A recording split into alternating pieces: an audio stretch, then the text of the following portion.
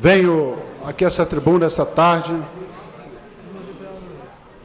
para falar sobre um assunto que tomou repercussão aí muito grande. Ficamos surpresos nessa semana com a posição política tomada por dois ministros da presidente Dilma. Primeiro foi a ministra da Secretaria de Política para Mulheres, Eleonora de Oliveira, que se diz abortista, convicta e favorável à prática do aborto.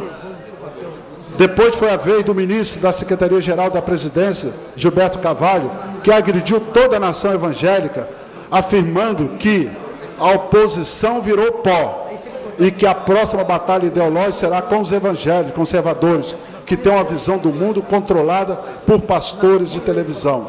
Isso é muito forte.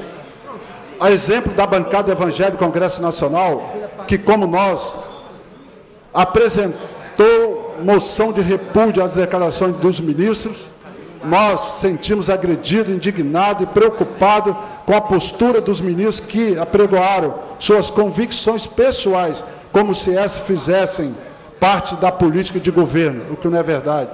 E se de um lado temos uma abortista convicta, comandando a política pública de valorização da mulher, do outro lado temos uma manifestação irresponsável, preconceituosa contra as igrejas evangélicas.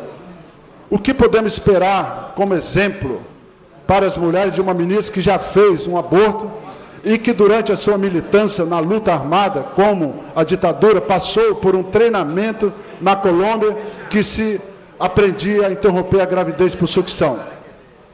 E quando juntamos todas essas convicções e outras posições tomadas pelo governo, como edição do PL 122, Estatuto da Diversidade Sexual, kit homofobia, fábrica de preservativo nas escolas, ensino religioso na grade curricular nas escolas, união homoafetiva e outras iniciativas que ferem os princípios e valores bíblicos. Temos a exata noção e dimensão de perseguição religiosa que há muito faz parte da história de lutas e perseverança em Deus. Por esta e outras iniciativas que agridem e banalizam a família, o conceito de amor, a religiosidade, princípios e valores, não temos dúvida que o Estado é um dos principais perseguidores da Igreja. Tanto no passado como nos dias atuais, os governantes são os personagens mais poderosos de uma nação ou império, pois fazem as leis. A Igreja foi severamente perseguida durante seus primeiros séculos de existência sob o domínio do Império Romano.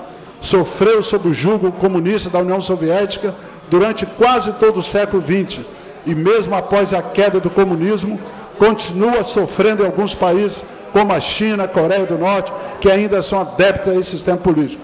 É flagrante a arrogância com que a Igreja é tratada pelo Estado. Perseguição que normalmente está atrelada a algum discurso ideológico, como foi o caso dos ministros.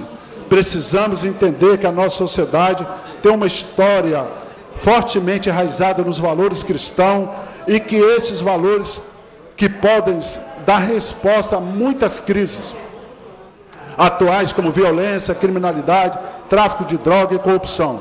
A negação dos valores cristãos, como a família, a esperança, é a negação da própria origem e a história de vida. E isso tem gerado sérias consequências sociais. Mas não nos calaremos durante as atitudes como a dos ministros, Gilberto e Eleonora. Continuamos a acreditar que o nosso Deus é salvador dos perdidos, dos carentes, dos pobres necessitados. Razão porque nossas igrejas estão lotadas de ex-fumante, ex-bêbado, ex-prostituta, ex-traficante e outros, fruto do trabalho incansável de pastores e suas igrejas. A propósito, cabe aqui uma pergunta, e que gostaria que os senhores refletissem sobre ela. Se todas as milhares de pessoas que fazem parte das igrejas não tivessem hoje uma nova vida, o que seria desse país? Portanto, meu senhor e minha senhora, esta é uma luta de todos nós, de todos aqueles que acreditam na família, no casamento como instituição divina, nos valores eternos e nos princípios bíblicos, que são a nossa regra de fé e prática. Então, quero informar para vocês que nós protocolamos nessa casa uma moção de repúdio, mas hoje nós vimos nos jornais uma coisa que me deixou realmente até refletindo sobre essa moção de repúdio, o ministro Gilberto Carvalho sentou com a bancada lá no Congresso e pediu perdão pelas suas palavras que foram mal interpretadas. Não sei se ele foi orientado pela presidente, mas que ele voltou atrás do seu posicionamento, o ministro Gilberto Carvalho. Então, eu quero aqui também aproveitar, se é verdade, parabenizá-lo, porque ele viu a gravidade, o problema que ele criou para a presidente lá no Congresso, porque todos encaminhamos esse e-mail para todos os pastores que estão mandando e-mail para o Congresso, pedindo à bancada para repudiar essa posição dele, mas ele já reconheceu a sua falha e pediu desculpa, perdão, que não é isso que ele queria falar. Então, nós aceitamos, porque nós temos que perdoar, né, a posição dele, mas a posição da ministra, ela vai ter que explicar isso muito bem ainda, a posição dela, que ela é convicta, que ela é abortista, ela é a favor do aborto. Então, isso nos deixa preocupado, uma posição dessa, que realmente é um assunto polêmico, entre os católicos também não aceitam isso, os padres, os pastores, né, uma posição dessa, tão firme dela. Então, eu acredito que ela também deve, né, recuar dessa posição. É isso que nós queremos.